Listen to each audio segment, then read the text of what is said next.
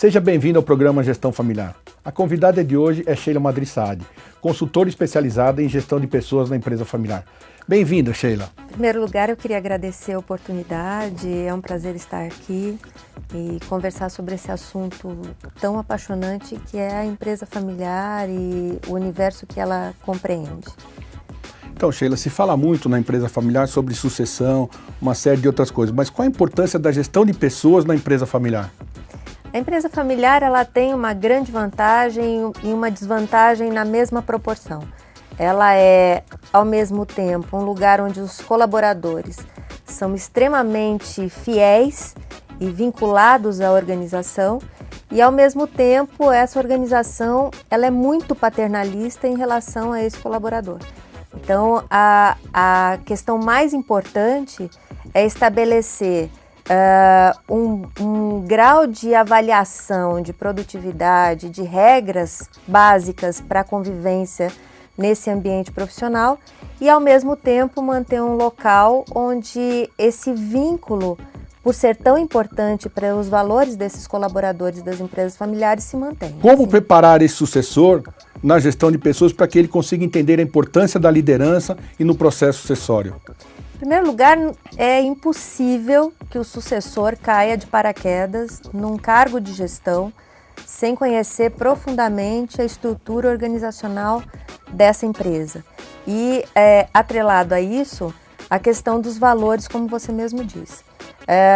O sucessor ele precisa entender todas as partes dessa empresa, ele precisa saber como é que as relações se estabelecem lá dentro e ele precisa vivenciar essa vida corporativa desde baixo, começando de baixo até ir galgando espaço, cargos acima. Então ele precisa, em primeiro lugar, conseguir a confiança dessas pessoas que estão na empresa há 20, 30 anos às vezes e dentro dessa relação de confiança e de uma forma muito natural estabelecendo a sua autoridade. E é por conta disso, vem também com naturalidade a posição gerencial ou de diretoria desse sucessor. Pelo pouco que a gente conhece de empresa familiar nesses 26 anos, a gente descobriu que a liderança você não transfere. Eu dou sempre um exemplo, senão o Silvio Santos seria o maior canal de televisão do mundo, né?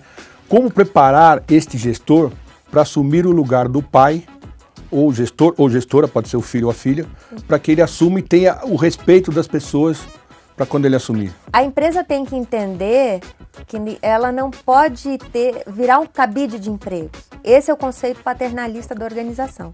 Então, o sucessor, se ele está apto a ser sucessor, ele tem que ter o mínimo de condições vislumbradas pelo fundador ou por quem está na gestão da empresa, de ser preparado para isso. Então, tem herdeiros. Existe uma diferença clássica entre ser herdeiro e ser sucessor. Eu posso ser herdeiro, posso ter direito a uma parte dessa empresa, mas sucessor é aquele que vai colocar a mão na massa e vai gerir os negócios. Então, ser sucessor, na verdade, precisa de aptidão e predisposição para atuar. Porque nós estamos falando muito de empresa familiar, que é o foco do programa, o nosso negócio, porque todo dono de empresa, fundador, quando inicia um negócio, o sonho de todos eles, inclusive o meu, é que nossa família, nossos filhos venham trabalhar conosco. E uma das grandes dificuldades desse processo, e digo a vocês, é que muitas vezes o sonho do pai não é o sonho do filho. Então, como é que se prepara isso? Porque eu posso ter filhos que queiram ou posso ter nenhum que não queiram trabalhar na empresa. Existe uma necessidade de ter que saber lidar com determinadas frustrações. E os donos de empresa, muitas vezes, eles têm que lidar com isso e às vezes eles não têm condições emocionais para lidar com isso. Então, porque é difícil. Porque é muito difícil. É muito complicado para ambas as partes. Às vezes o filho não nasceu ainda, essa empresa já tem uma trajetória e o pai diz, não, essa empresa vai ser do meu filho e é para ele que eu estou fazendo. Quer dizer, ele não teve nem a oportunidade de escolher o caminho dele. E às vezes, num futuro, ele se depara com uma coisa que ele não quer. Não, e até por ser uma cultura machista, muitos dizem que o meu filho, esquecem que hoje a mulher na sucessão é uma realidade, né? Ela tem aquele gosto pelo pai, pelo negócio e tem uma afinidade maior com o negócio e com o pai. É mais ou menos assim? A filha, eu acho que ao longo do tempo, a filha vem assumindo um papel preponderante. Existem muitas sucessoras em cargos de empresas, às vezes muito grandes, às vezes nem tanto, mas que têm se mostrado muito competentes. Então, esse processo da formação do sucessor e não da sucessora, ele tem sido mudado, esse modelo tem sido mudado ao longo do tempo. Mas, de qualquer forma, o dono da empresa familiar, o fundador da empresa familiar, ele tem que pensar que, na ausência do sucessor, filho ou filha, vai ser necessário preparar alguém para que essa empresa continue, se esse for o desejo dele. Sim, e vamos deixar também claro que quando estamos conversando sobre sucessão, preparação, que nunca é tirar o dono da empresa. Se você quer quebrar uma empresa, pense sempre, tire o dono dela. A finalidade de um programa desse que nós estamos conversando, discutindo, debatendo, é a importância do fundador no processo sucessório. Então, Sheila, o que você acha se eu tenho uma família onde nenhum dos meus filhos querem trabalhar na empresa? Como eu preparar esse executivo para a entrada do negócio, entender a família, entender a cultura e entender o negócio?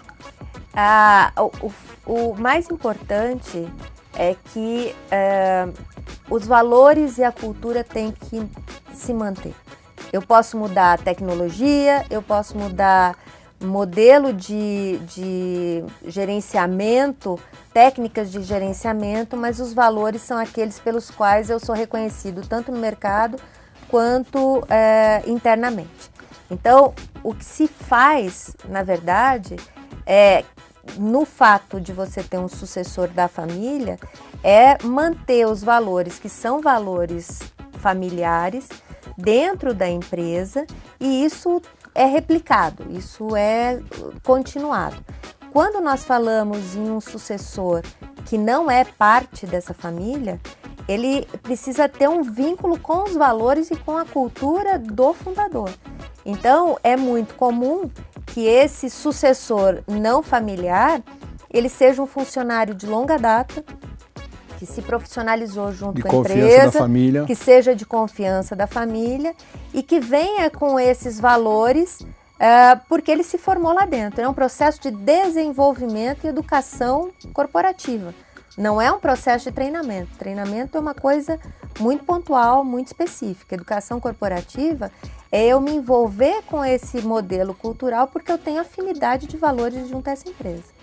Sheila, o papo está muito bom, foi muito agradável, mas estamos chegando ao fim e eu gostaria que você falasse um pouquinho sobre o seu livro que você tem, que foi lançado em 2012, que eu sei que... Nosso, né? Nosso, mas a entrevistada é você, que este ano provavelmente está sendo lançado outro, e eu gostaria que você falasse um pouquinho sobre ele.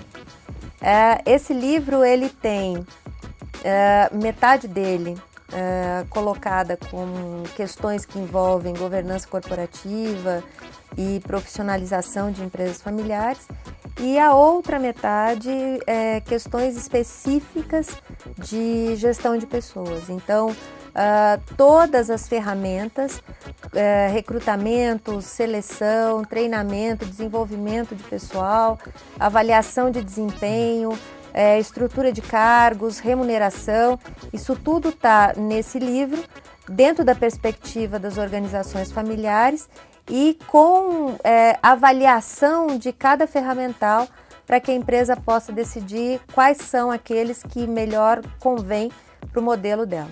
Ok. Infelizmente estamos chegando ao final do nosso programa. Quero agradecer a presença da professora Sheila e também a você que está nos assistindo.